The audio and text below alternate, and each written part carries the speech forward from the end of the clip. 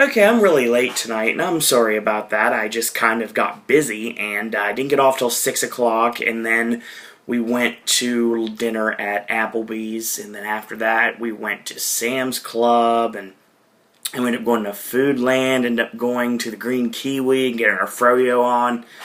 And then I come back here, and I had to watch NXT and Smackdown, which I just finished, so I could do this recap for you guys and girls out there. So, this is the video for Saturday.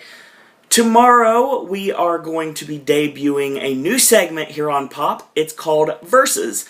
And this will not be the every week version of this segment. Actually, what I'm trying to say is basically, this won't be the specific day every week that Versus is going to be on. Mr. Flashback is on kind of a hiatus right now, so right now, I do have this awesome segment from AJ in the Can called Versus. We shot yesterday, and it's great, and it actually uses annotations for the first time, so you can check that out. It's going to be coming to Pop tomorrow morning, or early afternoon, depending on when I decide to get up tomorrow. Because I don't work tomorrow, the only thing I have to do tomorrow is, I guess we're going to the grocery store at some point, because we didn't get everything we needed today. And after that, I'm watching Payback tomorrow night. So, this video is actually going to be talking about NXT, Smackdown, and I'm going to give you my Payback predictions. So, there's always that. So I don't work for the next couple of days. We'll get a nice couple of days of relaxing. Pop Studios is going to be a buzz this week, actually. Monday, supposedly, Ben will be over, and he will be filming a couple of things, and Will be over, and both of them are going to watch Raw with me here, so that'll be cool. Tuesday, I actually do not work at 9 a.m., thank God. They cut off the stupid, unneeded 10 o'clock showings, and thankfully, that means I have to come in at 11 o'clock now, so that's awesome. So, I kind of lose an hour, but I don't have to be up at 9 a.m. to leave. Well, I have to technically leave at 8:30 if I want to be up at 9 a.m. to work, so there's always that. Well, I'm just kind of sleepy. I'm sorry, it's been a really long day. I probably should have been asleep hours ago, but then again, it's not even midnight yet, so I've got plenty of time. Enough time to shoot this video off to you guys, so I'll get this recapped, and after I get the recap done, I'll upload it to the channel, and it'll be up probably about 12:45 or so on Sunday morning. So that's what we're looking at right now. But, got a lot of things to go on. I got some DVC points transferred to my account yesterday, and it fell through. So, I'm still in search for 17 points for December 15th, 2013, to stay, hopefully, at the Bay Lake Tower, if my waitlist doesn't come through. But even if it does, I'm still looking towards staying at the Grand Floridian on December 4th, the day before Reunion starts this year. So, there's always that. Now, Molly's videos will be coming soon. Don't know exactly when her first video is going to be, but it's going to be coming very soon. Like I said, we've got Pop videos coming on Monday. Tuesday, we've got work till 6. We got Monsters University yesterday, so I built it today, and the only thing we need to put on it is trailers. So that is awesome, and that is a big weight off my shoulders right now, as the only thing that really needs to be built now is World War Z, and we'll probably get that Tuesday, so I'll probably take care of that on Tuesday. So after I leave work at 6 o'clock, we are going to head to the Athena Cinema, and AJ and I will be watching Before Midnight, as well as Francis Ha, and those will be recapped with Monsters University and World War Z on Friday's AJ's movie reviews. So Wednesday, I work until 6, and then we're going to go to B-Dubs. Thursday, I work till 5, and then we're going to B-Dubs. So that's going to be awesome, and then of course Thursday we're going to be doing TNA Impact recap, and that'll be fun, as it always is. So, there's a lot of stuff still to come. I'm going to be doing my Payback recap. I'll probably film it tomorrow night, and it'll either be up Sunday night, or I'll put it up on Monday morning. I probably might put it up on Monday morning, actually. I'm not exactly sure yet. Probably Monday morning. It just depends. So, it depends on how much I got to say. That's a 3-hour pay-per-view, so that's a lot to talk about. And my hands are like, wrist is killing from writing so much, so I need to figure out a new way to do this, because I don't want to break my wrist writing so much. I mean, Smackdown wasn't that bad this week, and NXT wasn't that bad this week. I mean, these are my notes for the two. I mean, I got about a a page and 3/4 for NXT, and then I've got about 4 pages for Smackdown, so we got that coming. So, a lot of things to look forward to in the near future. And like I said, Friday we'll watch the movies, and then we'll recap the movies on AJ's Movie Reviews. AJ's Versus this week. Well, actually not this week. Next week's Versus. I don't know what it's going to be about yet. I guess you guys will find out just when I find out, when AJ brings said DVD over to my house, and then I know exactly what our visual aid is going to be. So, hopefully you guys enjoy the Versus video. We had a great time doing it. It's a little bit shorter than usual pop videos, especially a lot shorter than AJ's normal videos. But, I mean, we compared and contrasted Oz the Great and Powerful as well as The Wizard of Oz. So that video will be up tomorrow, so check that out when you get a chance. And check out all the great videos here on Pop, all the other stuff back from before we started Pop, like the Disney stuff, the Universal stuff, SeaWorld stuff, all the stuff from Reunion last year, all the stuff from Podcast Cruise 4.0 last year, all the Celebrity Apprentice recaps, all the award shows from last year. This stuff... These are all great videos, so check them out when you get a chance. And if you like the videos, you can comment on them. So, there you go. So, let's talk NXT and Smackdown. And this show was basically... I'm talking about NXT here to start us off, of course, as we always do. Live from Full Sail University. And basically, this was all built around the NXT Championship match between Big E Langston defending against the winner of the 18-man over-the-top rope battle royal that we had 2 weeks ago, Bo Dallas. So that's what this is building up towards. And we're also still going through the NXT Women's Championship Tournament. So that's another thing that this episode was about. So we start off the show with Sami Zayn. Sami Zayn in action against Antonio Cesaro. So, on Raw, we got Antonio Cesaro taking on... Well, sorry, long day. On Raw, we got Daniel Bryan against Seth Rollins, one-on-one, which... Bryan Danielson versus Tyler Black. Ring of Honor matches, they've been phenomenal. On NXT, we get Claudio Castagnoli taking on El Generico. So, also great matches we've seen over the past. But this is a little different this time. So, let's talk about this match. This match is phenomenal. So, right as the bell rings, Cesaro hits the Swiss uppercut and gets a 2 count out of it. So he locks on this really, stiff rear chin lock, and he does this numerous times in the match, basically trying to control Sami Zayn, and that's exactly what he does. So Zayn fights out of it, he ducks the clothesline and nails a nice leg lariat, and only gets 1 count out of it. So 3 huge chops, Zayn fights out of the corner, and goes for a backslide, and Cesaro kicks out at 2. So he ducks the clothesline, Cesaro lands a tilt-a-whirl backbreaker, makes a lateral press, 1, 2, and a kick out. So the counter... is, he goes for a backdrop, it gets countered, reversed into a sunset flip, Cesaro nails the leaping double boot stomp and gets the 2 count out of that. So it goes for another pinfall attempt, and again, Zayn kicks out.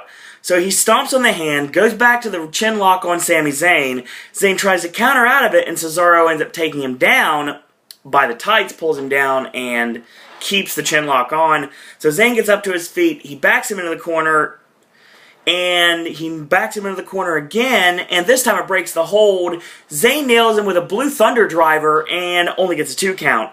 So, Swiss uppercut and lateral press once again, and 2.5 for Antonio Cesaro. So he goes for the deadlift into the side salto, and still 2 count only. So Sami Zayn is refusing to stay down, and it works. So he goes for body punches, and he punches him right in the face. They're backed up in the corner at this point. So, Zayn locks in a body scissors and ends up getting an ankle scissors, sending Cesaro over the top rope to the arena floor. So, Cesaro's down. Zayn jumps off the ropes, flies over the top with a tope con hilo, a somersault senton, depending on what you want to call it, and lands flush on Cesaro. He throws him back in, he goes up top, he dives off, and he gets caught with a Swiss uppercut. Cesaro again hooks the leg, and still Sami Zayn refuses to stay down for the 3.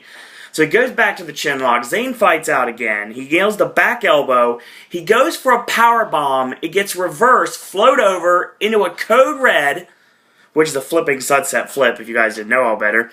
So Zayn goes for the Olay kick in the corner. It gets caught with a kick in the face from Cesaro.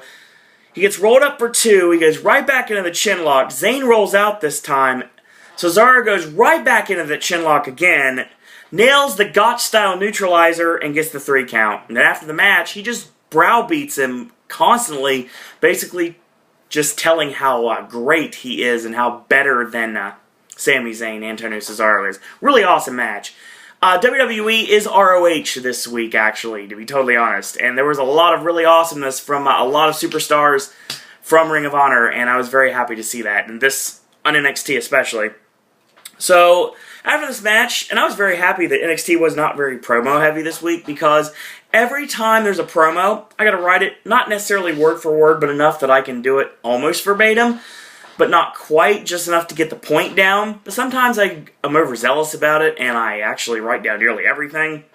I get a whole page of notes for the Daniel Bryan promo on Smackdown, which we'll talk about that in a minute. So we get a tag team match with Baron Corbin teaming up with Travis Tyler, taking on D-Squared, Scott Dawson, and Garrett Dillon, of course managed by Sylvester Lefort. So, Lefort, like I said before, he's got the old Macho Man Randy Savage leopard print, like, pimp coat. And he's got, like, the Savage-style facial hair. He kind of looks a little bit like if Canyon and Randy Savage kind of melded together. And, of course, he sounds like Pepe Le Pew. So, he's got a French accent, and he is wearing a leopard pimp coat and has a ginormous beard. So, yeah. I like this team, actually. These are a very old-school team. And I mentioned during the NXT recap a couple weeks ago when we first saw D-Squared in action that this team reminded me a whole lot of the Andersons. And it's funny, because William Regal on commentary actually made that comment specifically, said that the Andersons are definitely what this team reminded him of, obviously. Dillon and Dawson are a great old-school style team. They're a throwback. That's been getting thrown around a whole lot lately, but it's definitely a throwback to old-timey teams like the Andersons. And, you know, honestly, they came off a lot more like the Destruction Crew to me. If you guys don't know what I'm talking about, I'm referring to Mike Enos and Wayne Bloom in the AWA, former AWA Tag Team Champions. WWF fans would know them as Bo and Blake, the Beverly Brothers. And, of course, Mean Mike Enos was also in WCW. Him and Wayne Bloom were both in WCW at one point. So, basically, they remind me a lot of the Destruction Crew. I mean, they cut off the ring left and right. They're really old-school style offense. It's very hesitant on really letting their opponent get anything in. And it's basically just working them over constantly. And I love this team. I think this team is awesome. And once the Wyatt family go over to WWE, and that's going to happen, if I had to guess, probably the Raw after Payback, so this Monday night's Raw, unless they hold it off till the Monday after Money in the Bank. But I think that the Wyatt family will be involved in Money in the Bank, so can't really do that yet.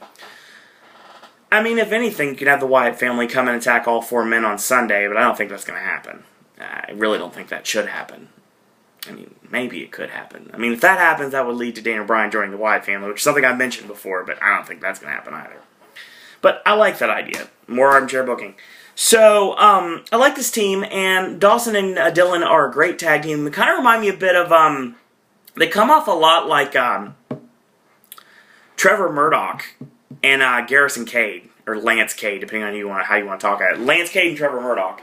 That team actually is a really good indication of the team I'm talking about here. Obviously, Cade and Murdoch were kind of a throwback team. They got the redneck gimmick working on. They're kind of like a redneck Anderson, so like I said, Cade and Murdoch, so it works really fine for that. I don't have a problem with that. I don't have a problem mentioning that. So let's go to the match here. So, Garrett Dillon slams Travis Tyler, tagging to Shane Dawson and Scott Dawson. Sorry, long day. I don't know why I said Shane Dawson. I think I read the wrong thing. So they double hair pull takedown, and a lateral press gets a 2 count. Tagging to Dillon, he hits a boot, tag back into Dawson, like I said, cutting off the ring. He hits shoulder thrust in the corner, snapmare, drops a leg drop, and then drops a high knee drop, and tag back into Garrett Dillon. So tag right back in to Scott Dawson, and he nails a gut shot. He kicks him right in the side of the head, and a cover for a 2 count. So whips him in, a kick to the chest, another snap clothesline. So, tag back into Baron Corbin. So, Corbin tries to fight out a bit. He gets caught. Blind tag, and he nails a huge spine buster.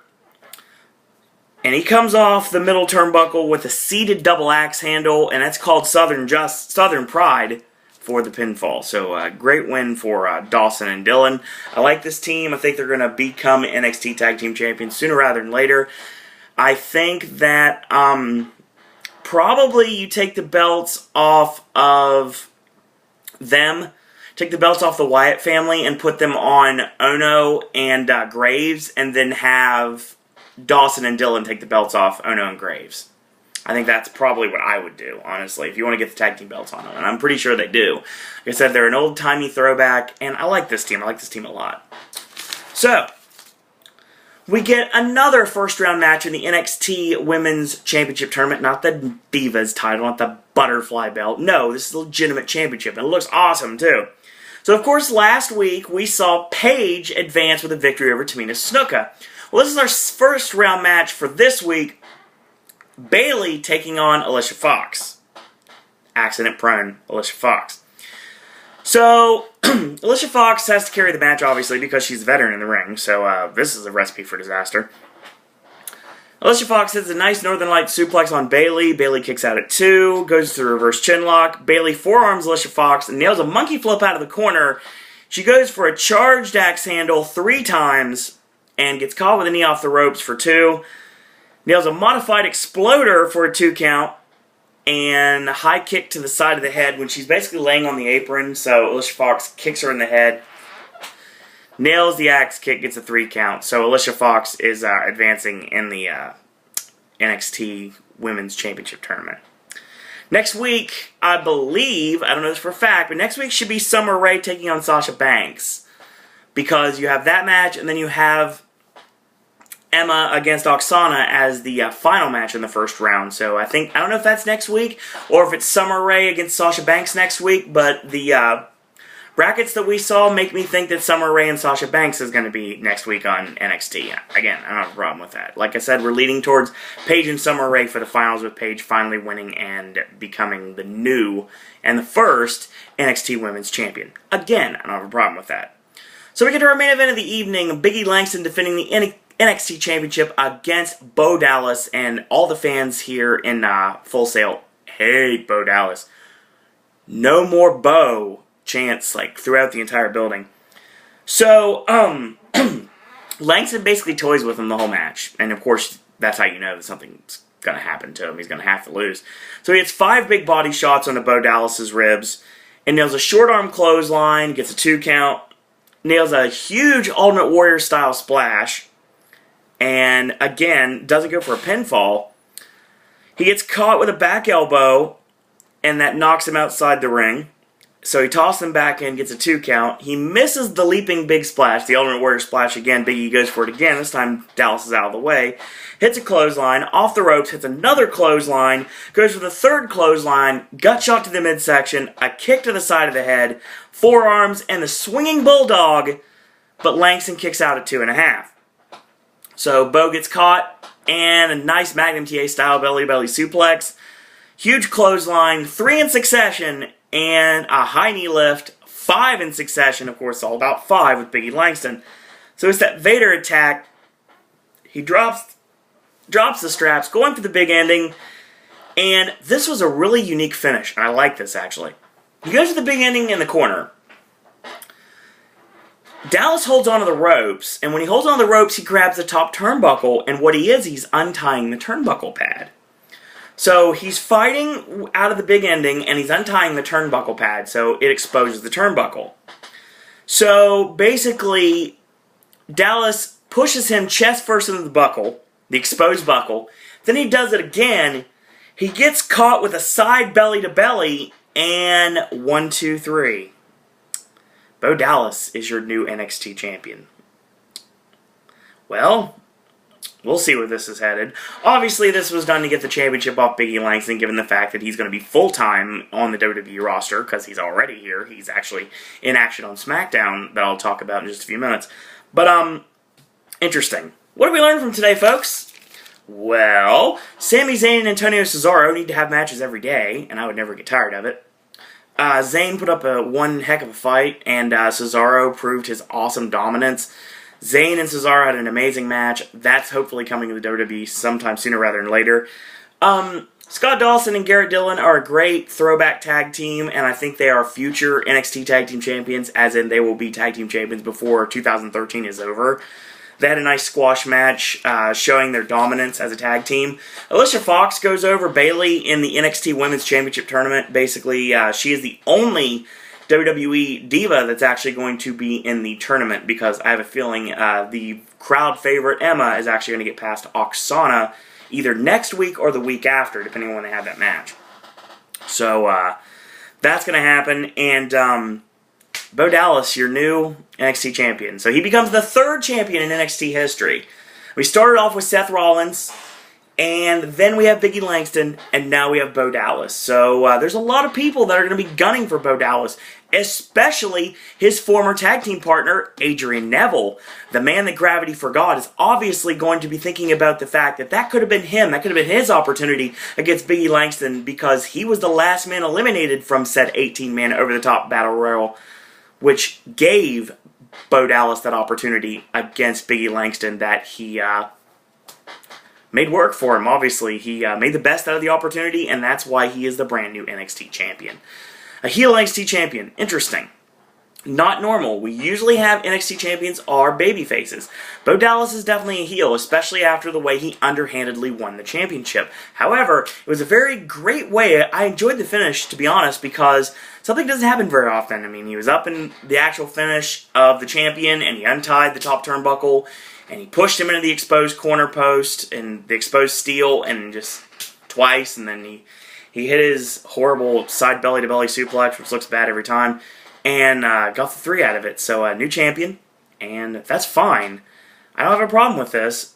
There's going to be a lot of people gunning for him. Adrian Neville will be gunning for him. Cassius Ohno will be gunning for him. There won't be a rematch with Biggie Langston that I can see on the horizon. I might be wrong about that. Sami Zayn will probably end up gunning for him at some point, too. And those would be good matches as well. Who knows? I mean, obviously, maybe before he ends up in WWE, maybe Bray Wyatt will go after him. But I doubt that, because I don't think Bray Wyatt's going to get the NXT Championship before he ends up on the WWE roster, because I think he's actually going to be in the WWE roster sooner rather than later, and by that, I mean the next 2 months at the most. So, that's what we learned from NXT. So, decent show. Really awesome Sami Zayn Antonio Cesaro match. Check it out when you get a chance. Watch that. Good squash match for Scott Dawson and Garrett Dillon. Really showcased their tag team off really well. And the NXT title match, it was alright. I mean, the fans hate Bo Dallas, and this is going to be an awesome run. So hopefully this run works really well for him. So NXT was good. It wasn't great. It was good. So there's always that. Let's talk Smackdown. I just got finished watching Smackdown. My God, this promo at the beginning of the show is an entire page long. Look at this. This is ridiculous. But I digress. So Daniel Bryan comes out, because he is, I'm going to say it right now, straight up, the MVP of WWE right now. He is the man in WWE right now. He may not be WWE champion, he may not be world champion, he may not be a champion of any kind right now, but Daniel Bryan is consistently the most over superstar on the roster. He gets the biggest pop in the entire company at this very moment. So, of course, they're going to put him against Cena, and they're going to turn him heel. That's so stupid. You have to capitalize on this. Daniel Bryan is a good number 2 babyface, and he could be the number 1 babyface, but they're not going to let that happen, and they're not going to turn Cena anytime soon, so there's a lot of ways you can go with it. I don't think creative is going to go the right direction, but we'll get to that later. Bryan says, you know what, if you said, would you be World Heavyweight Champion? I would say, yes. Would you lose in 18 seconds at WrestleMania? I would say, no. Could I win the Tag Team Championships with anyone? I would say, yes. 9 months with the Devil's favorite demon, Kane? No. Now, it doesn't change the fact that Hell No are one of the greatest tag teams in WWE history. So I'm going to have Kane come out, and I got to talk to him face to face. So Kane comes out and he goes, I know why I'm out here. And you know, Daniel, this isn't the time or place. I'm interested in the 6-man tonight. The last 9 months have been quite an incredible ride. I'm proud of what we did outside the ring to become better partners. When I win at Payback, I'll become tag team champions with someone else. And you and I, we won't team anymore. So Kane stops and goes, wait, are you breaking up with me? The same will happen when I win the U.S. Championship from Dean Ambrose. And Bryan goes, not exactly. Because if you do win the U.S. title from Dean Ambrose, we can still team. However, when me and Randy win, you know, it's not RK never, it's RK no. Hold on, Kane has to retort. He's like, you know what, you're acting like you think you're definitely got this in the bag, that you're going to win regardless. We couldn't beat the Shield, and you guys don't get along, so what makes you think that you guys can beat the Shield? So Bryan goes, Kane, what you're saying is you don't think I can do it. And Kane goes, you know what, personally, no, I do not. I get it. I'm the weak link. At Payback, we will win. I'm not the weak link, and you will know Randy and I did something we could never do. So Kane goes, wait a minute, I know what you're trying to say. That means you think I'm the weak link. Well, maybe you're right. Maybe you're right, Kane. This isn't the time or place. No, wait a minute, no. Answer the question, Daniel. So Bryan goes, yes, you are the weak link. He grabs him in the goozle. Orton's music hits. He comes out to be the voice of reason for some odd reason. Kane, I can't let you do that. You know, I understand why, but I need him 100% at Payback. If you chokeslam him, you might just very well start a chain reaction. So Daniel Bryan says, you know what, I didn't ask for your help. And Orton goes, are you kidding me? You realize he could have just chokeslammed you right now, and no one would have been there to stop you, obviously. So I had to come out and make sure that you'd be 100% for Sunday. So, you know, what about this partner thing we've got on Sunday? So Kane's like getting ready to walk out, and Bryan says, I don't need you. So the Shield comes out, and they're watching over them and says, you know what? You're not mad at us. You're simply mad at each other. Why? Because the Shield is unstoppable, unbeatable, and untouchable. There's no reason to argue. It's the same tonight as it's going to be on Sunday. And the Hounds of Justice run this yard. So, we got our main event set up for later in the evening. Hell No and Randy Orton taking on the Shield in yet another 6-man tag match. Again, I don't have a problem with this. We had our first match of the evening, Sheamus taking on Antonio Cesaro, which is a little bit different from the match with Sami Zayn, but good match. Really good match, actually. One of Sheamus' best in a while. So, Sheamus gets caught with the deadlift into the side salto. Clothesline Sheamus over the top rope to the arena floor. So he gets caught off the apron when he goes for a crossbody, and he gets fall-away slammed back into the barricade. So we come back from commercial break, there's a whip, and caught with a back elbow. He gets caught with a side backbreaker on Cesaro for a 2 count. They go to the outside, send Sheamus into the steps, he tosses him back in, makes a lateral press, and Sheamus kicks out at 1. So he goes back for the chin lock, Sheamus punches his way out, locks the chin lock again, and swings with it, hooks the leg, 1, 2, and almost a 3, but it was not to be. Goes back for the chin lock. Again, Sheamus punches out of it, nails a big back body drop on Cesaro. 2 Irish hammers in succession. Sheamus gets caught with a snap clothesline. Cesaro makes the cover, and 1, 2, and a kick out. So he nails the double boot stomp, goes for a lateral press again, and a kick out from Sheamus at 2. Whip, reverse, knee lift from Sheamus, and he tosses him over the ropes to the apron, nails those 10 clubbering blows to the chest. The Irish Curse backbreaker brings him back from the apron, back into the ring, and Cesaro kicks out at 2.5. So he goes for the fireman's carry like Sheamus is going to set up for the Finlay roll. Cesaro elbows out of it, hits the Swiss uppercut to the back of the neck, and goes for the Alpamare water slide, which apparently Sheamus can't sell. So it ends up becoming basically like a fireman's carry slam. I knew exactly that's what he was going for, I could tell. But it was fireman's carry slam. So this was awesome. They both get up to their feet. Cesaro just shoves him back into the corner. Sheamus explodes out of the corner with the brogue kick, knocks him down for the 3 count. 1, 2, 3. Great win for Sheamus. Really hard-hitting match between him and Cesaro.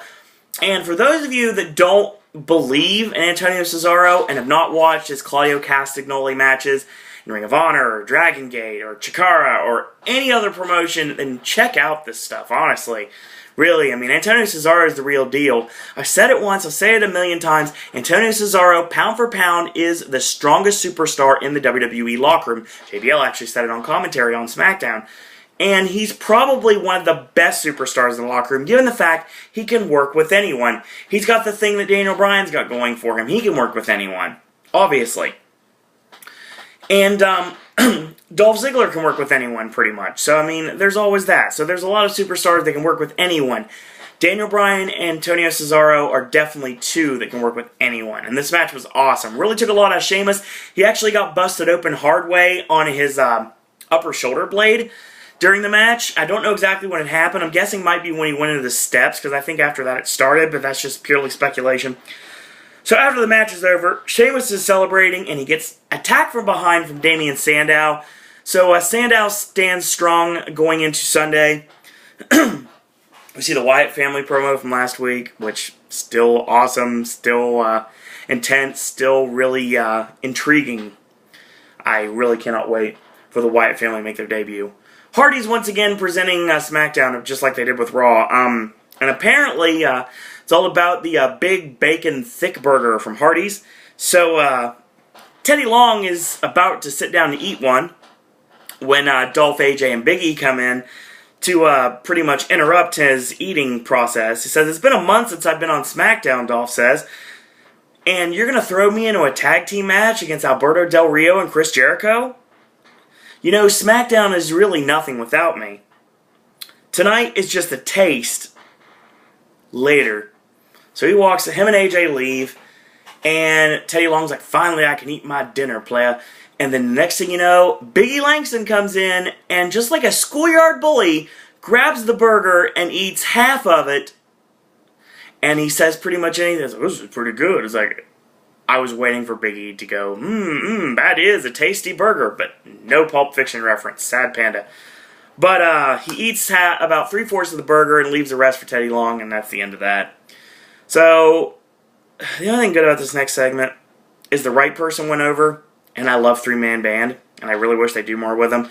So we get the oddities, 2K13, the Great Khali, the underutilized Natty Neidhart, and the God, I really wish he would be fired, Hornswoggle. Taking on Heath Slater, of course, he's got Jinder Mahal as well as Drew McIntyre in his corner. So this match sucked, but it's Khali, so you get what you pay for. So it's an overhand right, 2 overhand chops, and Slater kicks him in the knee. So Heath goes for a charging shoulder, trying to topple the big man. Of course, that doesn't happen. Charges in, catches a back elbow. He nails 2 clotheslines and the brain chop. Well, while the brain chop is being administered in the ring, outside the ring, Jinder and Drew are accosting Natty and Hornswoggle. So they kind of browbeat them back and forth, and Mahal just shoves Hornswoggle to the ground. One of the best moves of the night. And Khali spots this, that his little buddy just went down, and he brain chops Jinder Mahal. This allows for Heath Slater to attack from behind, clips the knee, and when he goes down, he gets caught with a DDT while he's in a grounded position, and Slater gets a clean win. So, that's fine. Well, interesting. We get our tag team match, Dolph Ziggler and Big E Langston taking on Alberto Del Rio and Chris Jericho, and this match was alright for what it was. So Jericho hits the step-up enziguri on Big E, and makes a lateral press, gets a 2 count out of it. Shoulder thrust in the corner from Big E, tagging to Dolph Ziggler. Ziggler comes in with stomps, snapmare, hip swivel, and the leaping elbow, but Jericho again kicks out at 2. Tag back into Big E Langston, he charges in, Jericho sidesteps him out of the way. He goes chest first into the turnbuckles, gets rolled up just like he did last time, and a 2 count. So tagging to Del Rio. Del Rio hits a side kick to the head, the grounded side kick on Big E Langston. So it's a shoulder block, goes for a slam. Del Rio floats over, nails the backstabber, and basically Big E Langston ends up tagging out to Dolph, so Big E ends up tagging again. So Jericho tosses Big E over the top rope to the arena floor, nails a baseball slide, tosses him back in. AJ slaps Jericho as he's getting back in the ring. That distraction allows for Big E Langston to ram his knee into the side of Jericho, knocking him off the ring apron to the arena floor. So he gets slammed hard in the barricade, tossed back in, and another lateral press gets a 2 count out of it. The Vader attack and a 2 count off that. So tag back into Ziggler, hits a reverse neck breaker. I guess you could call it the Rude Awakening at this point, because basically that's what he did. He goes for his huge splash in the corner, catches nothing but the top turnbuckle. Jericho hits the face buster, doesn't go for the lion salt this time, tags in the fresh Del Rio, and Del Rio ends up hitting 2 clotheslines, duck the clothesline, and a tilt-a-whirl backbreaker on the champion. So he nails the grounded sidekick on Dolph, and Big E ends up running him over with the Vader attack. So Jericho knocks Big E Langston out of the ring again. Dolph hits a standing drop kick, and Jericho is down. Not the legal man, so he can't make the pinfall at this time. So Big E and Jericho go to the floor, and Del Rio catches Ziggler sleeping with a modified small package, and 1, 2, 3, Alberto Del Rio and Chris Jericho win. So, great momentum for Del Rio going into Sunday. We all know what that momentum means, so there you go. We get a matchup between Oksana, the most useless woman on the Divas roster. Oksana and Alicia Fox, or at least Alicia Fox has got some personality. Oksana's just, I mean, they're doing the sultry, seductive gimmick and the 70s style porn music in the background, but you know, it just doesn't work for me. I don't think she's attractive. I think she's a terrible worker, and if she can show me something, I'd really appreciate that, because as a worker, I really haven't seen much from Oksana. As a matter of fact, this match was just crap, and I'm pretty sure Oksana's match against Emma is not going to be very good either, but Emma's pretty good, so I think she might be able to drag a good match out of Oksana. So, Caitlyn comes down, and this is going to be Caitlyn against Oksana. So, Oksana starts laughing at Caitlyn after we recap what happened on Raw with AJ and Big E Langston pulling the wool over Caitlyn's eyes, making her believe she had a secret admirer. AJ ended up reducing her former BFF to tears, and now Caitlyn's out for blood. So, Oksana's laughing at this, and she gets double-legged, and there's a catfight, pretty much.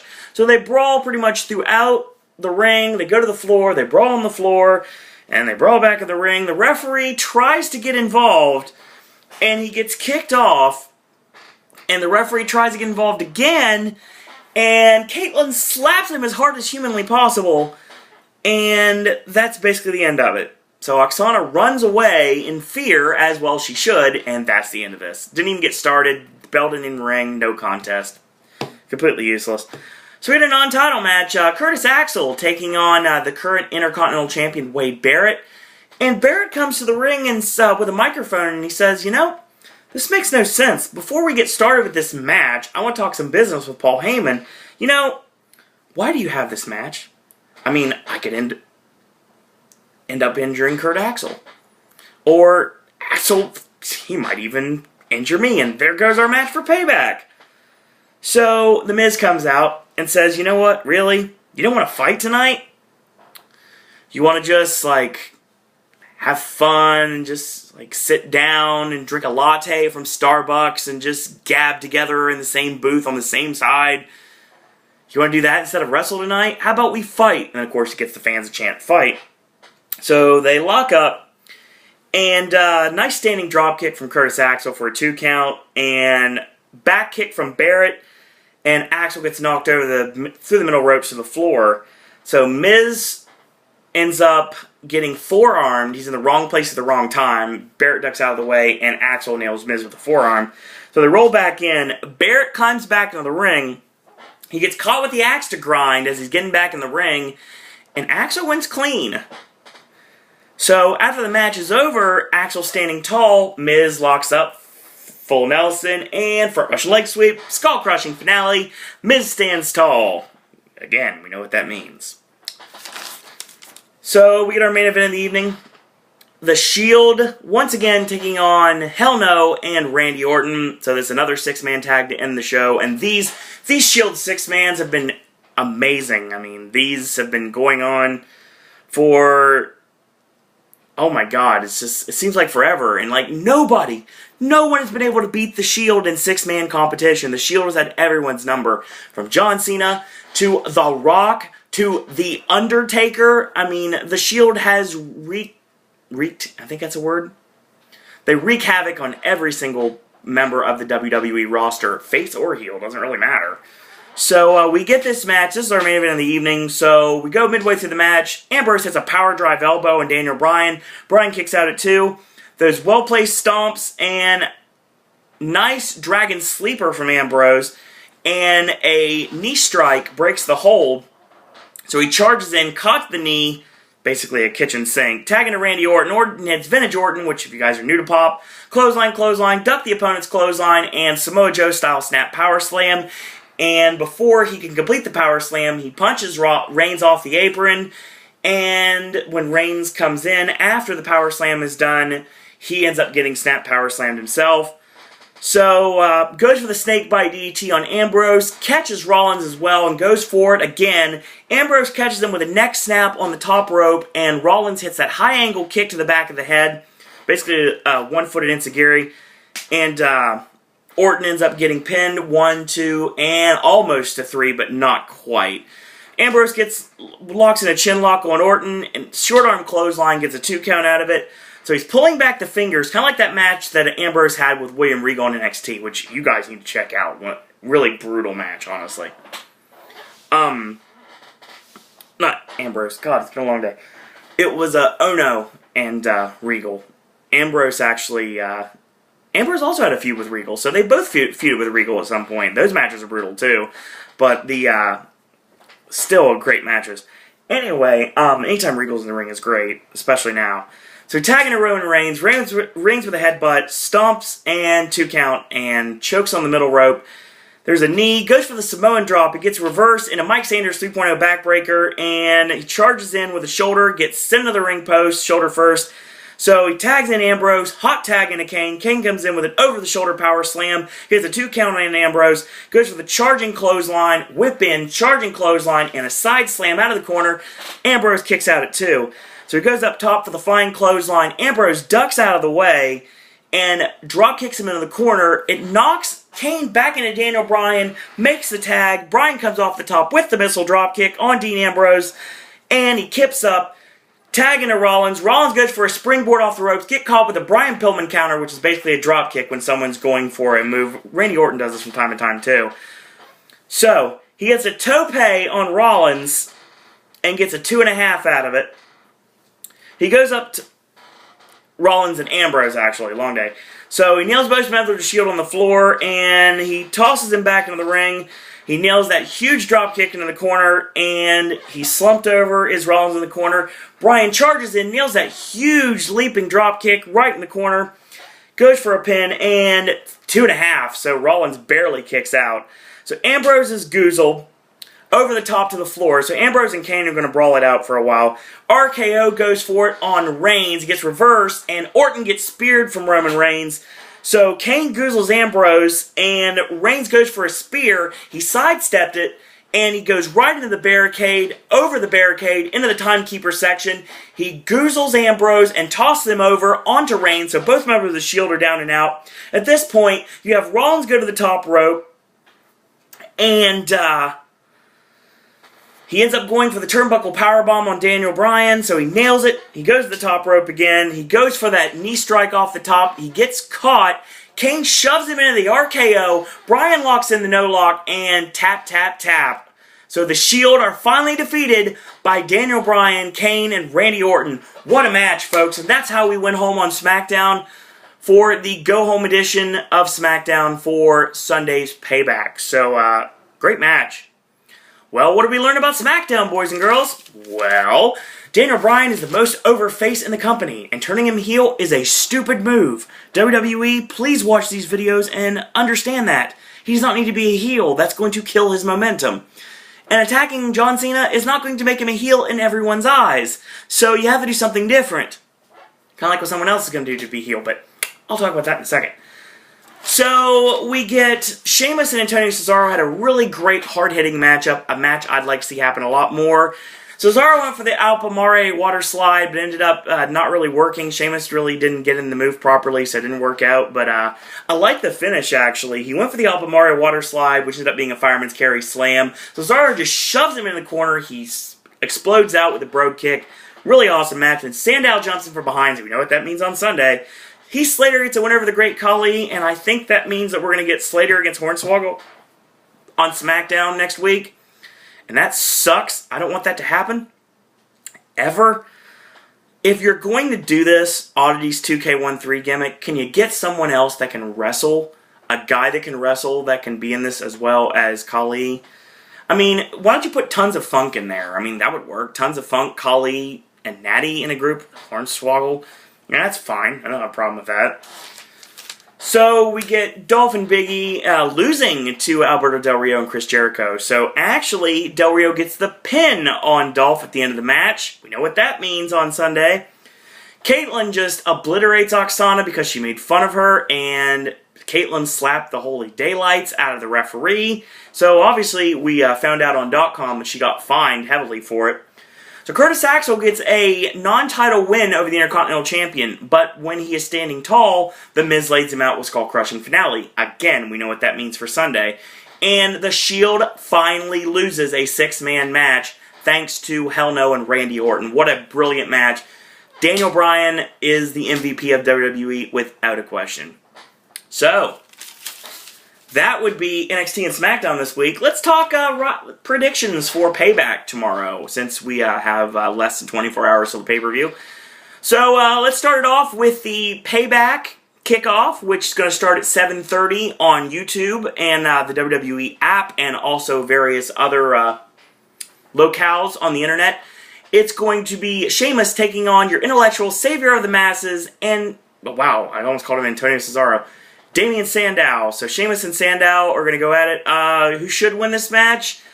Damien Sandow. Who will win this match? Sheamus. Obviously, Sandow got the Pearl Harbor attack at the end of Smackdown, so obviously that means he's going to be on his back for the 3 count via the Brogue Kick on Sunday. So we get a Divas Championship match. Caitlyn defending against AJ. Who should win and who will win? AJ. Caitlyn's held the belt for a long time and really hasn't had many defenses, but she's had a few. There's really not anything you can do with Caitlyn more as champion. You don't really have any strong heel challengers to go after her. Then again, the way the Divas division works, there's not really any strong babyface challenges to go after AJ, so we're going to get the probably the rematch, I guess, at Money in the Bank, or we wait until SummerSlam for it. Probably some sort of a stipulation match, if I had to guess. I think what's going to end up happening is AJ's winning the championship. Obviously, Caitlyn's going to lose. I don't have a problem with that, because that's what should happen. AJ and Dolph both need to be champion at the same time, and I don't have a problem with that. So that's going to work really well. The Intercontinental Champion, who will win, is going to be Curtis Axel. We have a brand new Intercontinental Champion. The championship that his dad, one of the greatest wrestlers of all time, my favorite wrestler of all time, Mr. Perfect, Kurt Hennig, made so famous is that Intercontinental Championship. And Curtis Axel is going to follow in his father's footsteps on Sunday when he becomes Intercontinental Champion. And given the fact that The Miz got the last laugh, he's going to be the one that eats the Perfect Plex on Sunday. Winner of the match and new Intercontinental Champion, Curtis Axel. And hopefully that means that they'll take Wade Barrett out of the Intercontinental title picture and push him towards another championship somewhere sooner rather than later, because that's what should happen. United States Championship, Dean Ambrose against the bigger head monster, Kane. Ambrose retains without question. Randy Orton and Daniel Bryan taking on The Shield for the WWE Tag Team Championships. The Shield will retain, and there's a lot of ways you can go with this. You can have interference from the Wyatt family, attack both teams, so titles stay on The Shield that way. You can have The Shield win with miscommunication from Bryan and Orton. You can have Orton turn on Bryan, RKO him, and reveal himself as the leader of The Shield. And that would be awesome, but I don't think they're going to go that direction. Shield will retain regardless how you look at it. Y2J, Chris Jericho taking on the best in the world, CM Punk. Singles match, grudge match, and the winner of this match, Chris Jericho. The reason why is because this contract was signed by Paul Heyman. Paul Heyman was basically luring CM Punk into a trap. In his own hometown, mind you. So we've had all this back and forth with Heyman and Jericho, and it's all been nothing but a farce. That's right. Tomorrow at Payback, you are going to see Chris Jericho turn on CM Punk in the middle of the match. Paul Heyman will turn his back on CM Punk, align himself with Chris Jericho, and Jericho will be the brand new Paul Heyman guy. If you want to turn Jericho heel, this is the only way to do it. This is the best way to do it. Screw Punk in Chicago, his hometown, and then at Money in the Bank, Punk can beat Jericho. Punk can hit the go to sleep on Paul Heyman. He's strong babyface. Jericho goes away working with Fozzy, doesn't come back until Survivor Series. We can try to get some revenge. We might have a team with Curtis Axel and Brock Lesnar and Chris Jericho against CM Punk and two superstars to be announced at a different time. So I think that's what's going to happen. Jericho wins because he aligns himself with Paul Heyman. The reason Heyman signed the contract for Punk is because he's trying to lure him into a trap. So that's how Jericho has turned heel, because that's the direction the WWE seems to want to go. Dolph Ziggler will retain the World Heavyweight Championship against Alberto Del Rio. Why? Because there's no point for Dolph to lose the championship. Obviously, he got a concussion, so he hasn't been able to have his stellar matches because he's been off for a month, obviously convalescing over his concussion.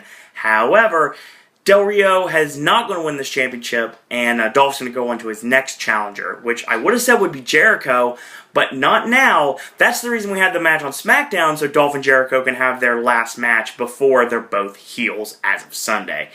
3 Stages of Heck, yeah, that's what it is. It's 3 Stages of Hell is what it is, but it's 3 Stages of Heck. It's PG area, so deal with it.